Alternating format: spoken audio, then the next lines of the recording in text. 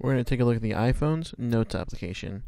If we open the Notes app, once we open it, we'll be taken to our list of all of our notes that are currently stored on our iPhone. If we pull down from the top, we'll be able to search through our notes just by typing in the search field. If we'd like to create a new note, all we have to do is press the plus button in the top right hand corner, and we'll be taken to a new note sheet. From here, we can begin typing our note however we'd like.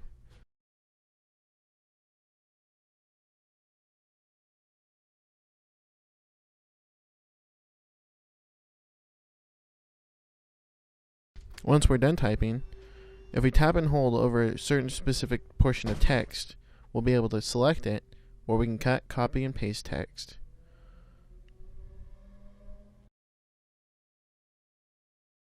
Once we're done typing, all we have to do is press done, and our note will be saved.